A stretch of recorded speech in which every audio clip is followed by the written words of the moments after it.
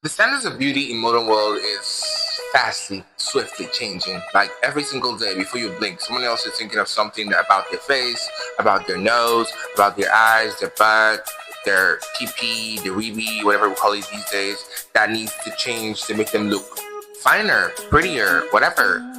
And it is honestly sad, but well, that's not to say I won't get a PP enlargement surgery. Sad though. Okay, back to base. Standards of beauty these days are fast changing. That is easy to know, right? Today you see a woman that's pretty and looks petite. And by petite, I mean she has like good looking bust, good looking behind, you know, a good enough waist, human waist. Like human, I don't mean Kim Kardashian type waist, I mean normal waist. And then tomorrow you see her getting plastic surgery to be more Kim Kardashian-ly. Not to slam Kim Kardashian for anything, the woman is divine. She is very nice. She's a business model. You want to take that. But just to say that because one person is doing it doesn't mean everybody else should do it.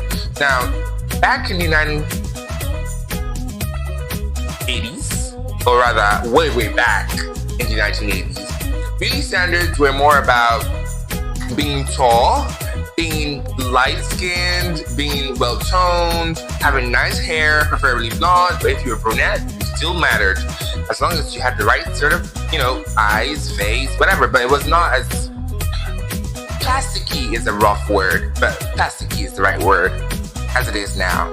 Now, back in the early 20th century, by 20th century, I mean 1900s, beauty was all about thin waists. I did royal household too, but I think anybody with a bit of brains would prefer to marry someone who they loved rather than someone who was rich. But well, that type of brain is not so common these days. But yes, anybody with a bit of brain would choose that. But then in those days, beauty was about money, a good waist, a good family name, someone who had manners. Whether you could cook or not, it really did not matter. I mean, these days people eat McDonald's like for lunch, for breakfast, for dinner. Now, in these days, people don't really think about whether you can cook or not. But I guess it's more about how angular your face looks, how pretty you look, how blue or green or any other color than black your eyes look, how chiseled your nose looks. Like, so much is expected for being pretty.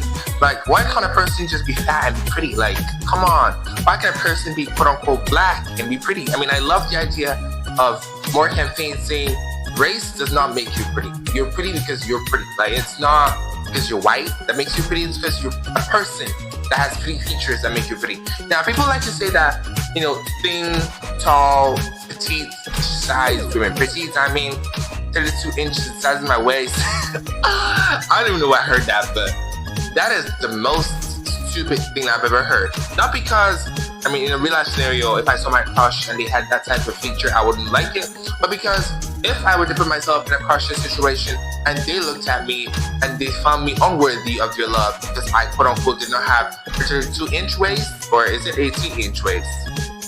I don't even know which one is the normal size, but let's say 32-inch waist. And for that reason, I was quote unquote disqualified from your love, and it wouldn't be fair. It wouldn't feel fair to me. Now, in those days, in the 20th century, 20th century, there's a term called the Gibson girl.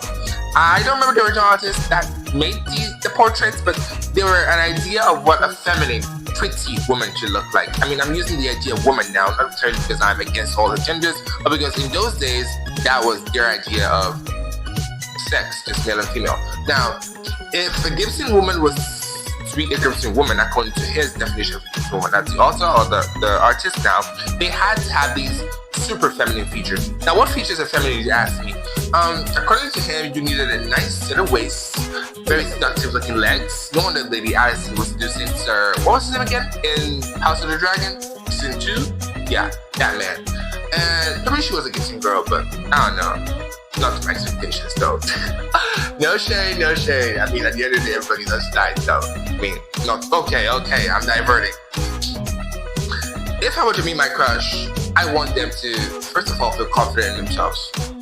I want them to feel like, you know, they don't need me to feel like they're empowered, feel like they're beautiful. I'm just a compliment. I'm just like, had a vanilla sundae on already made ice cream. Like, it's just, I'm just the extra. They are the main thing. Like, this is how I love. Now, in those days, beauty and attraction, as it pertains to someone you like, quote unquote, a crush, was simply owning it. Just like I said, being confident, being rich. That came with it. If it fit the bill, it fit the bill. Being rich, being not just rich as to say, oh, this person is rich, but being from a good family. Because then marriage was not as we have it now, when a person could just, I'm sure then people could just wear it alone, like a 2-person wedding with a priest and that's enough. But more ideally, weddings from the time of early 20th century was more familial. You'd see all your family members, your aunts and uncles, and people who you don't even know their names coming to your wedding to celebrate this holy matrimony. And the whole reason was that you were able to say, oh God, this person, I like them because for whatever reason, they just fit my bill. They just are pretty, they have confidence, they come from the right family. Probably they can cook or not, maybe not. But in today's world, when a girl sees a pretty boy, her first thought is like, is he smug? Does he like me? Am I looking nice enough? Am I shaped right enough? Like, why are you doubting yourself? You are beautiful. Fuck modern standards. It's obvious that if we keep on going this way, everybody one day will just be some plastic doll trying to be perfection. Like, if you follow this person on Instagram, I think her name is Amara Sue or something. I'm sorry, I don't know how to pronounce her name. If you ever heard of me, I'm sorry for the name slander. But she does content on these like AI futuristic type content. And one of her characters or recurring characters is called what's her name again?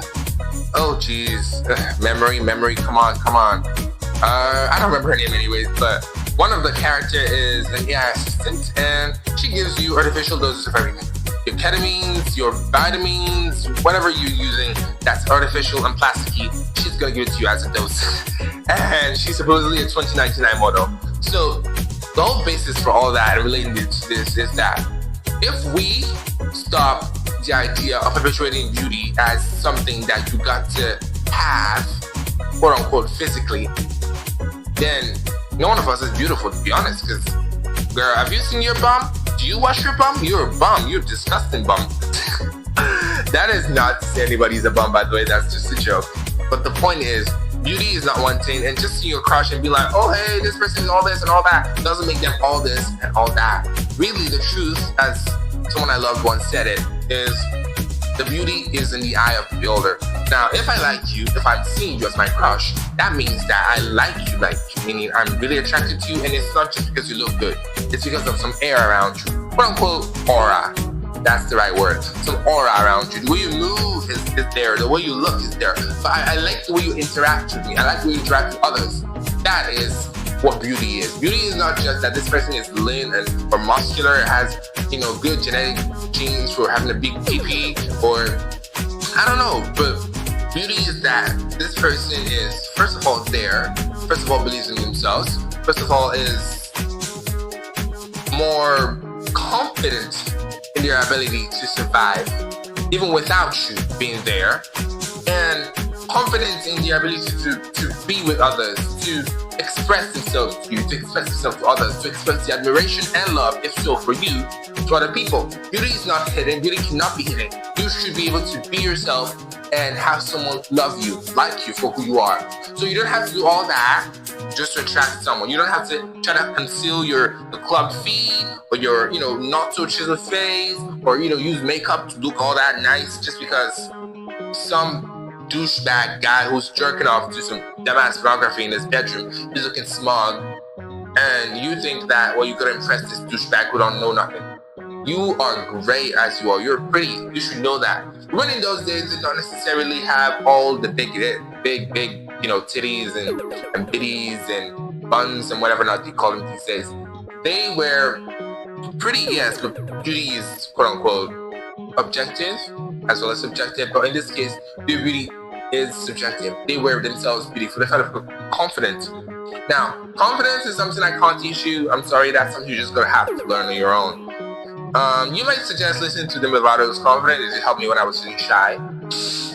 I'm sorry I said that, but that's the truth. I just had to work my brain into it. I just said it, sang it, and I just wanted to do whatever the song said I should do, which is being confident. So even it didn't matter how stupid I sounded or looked, I just wanted to do it to prove that I could do it. And that's confidence. Confidence doesn't mean you have to get it right. But if you want to be confident, if you want to attract the person that quote unquote likes you, whether you're in the 18th century, 19th century, 20th century, or even now, you should be confident.